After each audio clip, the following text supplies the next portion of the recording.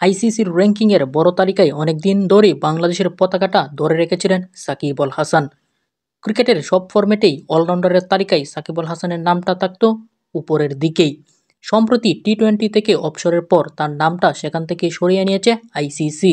Test ফরম্যাটে তার অবসরের স্পষ্ট কোনো ঘোষণা এখন পর্যন্ত আসেনি।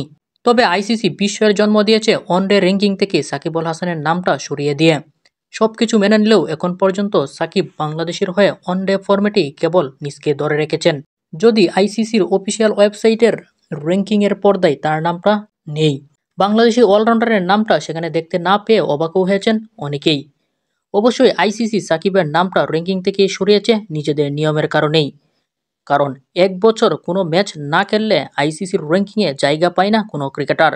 সেই হিসাবে সাকিব আল হাসানও এক বছর ধরে কোনো ম্যাচ না খেলায় তার নামটা সেখান থেকে সরিয়ে নিয়েছে আইসিসি। কারণ 2023 সালের 6 নভেম্বরের পর থেকে বাংলাদেশের জার্সিতে একদিনের ম্যাচ খেলেননি সাকিব। বিশ্বকাপে বহুল আলোচিত শ্রীলঙ্কার বিপক্ষে ম্যাচটাই সাকিবের শেষ ওয়ানডে ম্যাচ ছিল। সেই ম্যাচে সাকিব ছিলেন অধিনায়ক। টাইম আউটের আলোড়ন তোলা ঘটনাও ঘটেছিল সেদিন।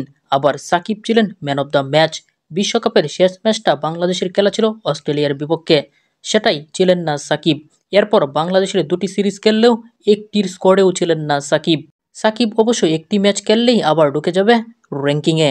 এই মুহূর্তে ওয়ানডের অলরাউন্ডার র্যাঙ্কিংয়ে যথারীতি শীর্ষে রয়েছেন মোহাম্মদ নবী, 2-এ জিম্বাবুয়ের সিকান্দার রাজা, 3-এ আফগান রশিদ খান, 4র্থ স্থানে রয়েছেন বাংলাদেশি অলরাউন্ডার মেহেদী হাসান মিরাজ।